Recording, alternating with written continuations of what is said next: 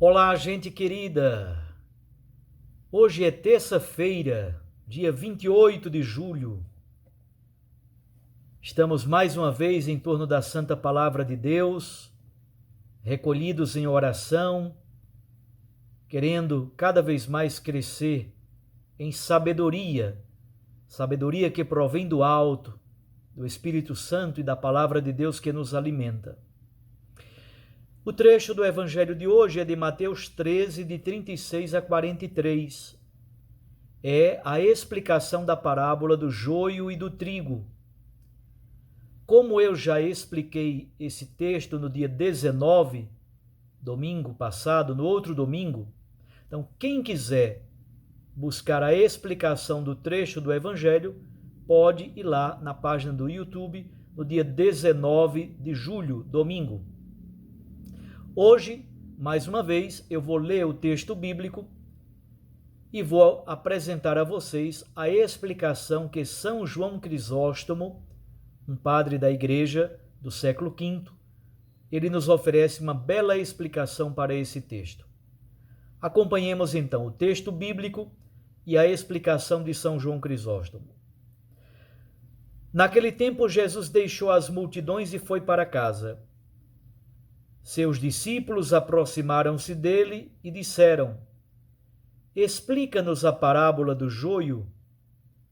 Jesus respondeu: Aquele que semeia a boa semente é o Filho do Homem.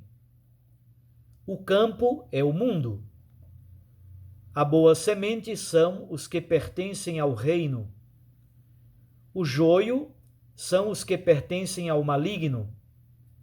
O inimigo que semeou o joio é o diabo. A colheita é o fim dos tempos. Os ceifadores são os anjos. Como o joio é recolhido e queimado ao fogo, assim também acontecerá no fim dos tempos. O Filho do Homem enviará os seus anjos, e eles retirarão do seu reino todos os que fazem os outros pecar, e os que praticam o mal, e depois os lançarão na fornalha de fogo. Ali haverá choro e ranger de dentes. Então os justos brilharão como o sol no reino de seu Pai. Quem tem ouvidos, ouça. Palavra da salvação. Glória a vós, Senhor. Aí está o texto bíblico. Agora vamos escutar a explicação que dá São João Crisóstomo no Sermão 46 sobre o Evangelho de Mateus. O reino dos céus é semelhante a alguém que semeou boa semente em seu campo. Porém, enquanto dormia, veio o inimigo e semeou joio no meio do trigo e foi embora. Quando cresceu o trigo e deu fruto, então apareceu o joio. Que diferença existe entre esta parábola e a parábola anterior, a parábola do semeador? Ora, na parábola anterior, parábola do semeador, ele fala daqueles que não acolheram a palavra, dos que recusaram a semente, enquanto que nesta se trata dos grupos de hereges. Jesus narrou aquela primeiramente para não perturbar os discípulos, uma vez que lhes tinha explicado por que falava aos outros em parábolas. Na parábola do semeador, dizia que ele não era acolhido. Nesta outra, diz que existem corruptores acolhidos juntamente com os discípulos, porque é astúcia própria do demônio sempre mesclar com a verdade o erro colorido com aparências de verdade, de forma a conseguir, por este meio, facilmente enganar os simples. Por tal motivo, não nomeou outro tipo de sementes, mas somente o joio, que é uma semente semelhante ao trigo. Em seguida, Jesus indica o modo das ciladas, dizendo assim: enquanto todos dormiam. Um abismo e perigo de não pouca importância aqui se propõe aos bispos, aos quais foi confiado o cuidado do campo. Porém, não somente a eles, mas também aos fiéis, e se revela como o erro veio depois da verdade, coisas que os acontecimentos confirmaram. Porque depois dos profetas chegaram os falsos profetas. Depois dos apóstolos vieram os falsos apóstolos. Depois de Cristo veio o anticristo. Porque se o diabo não vê algo para imitar, ou alguns para quem armar ciladas, nem as coloca e ignora completamente. No caso, como ele vê que uma semente produziu 100 por 1, outra 60, outra 30, ele joga por outro caminho.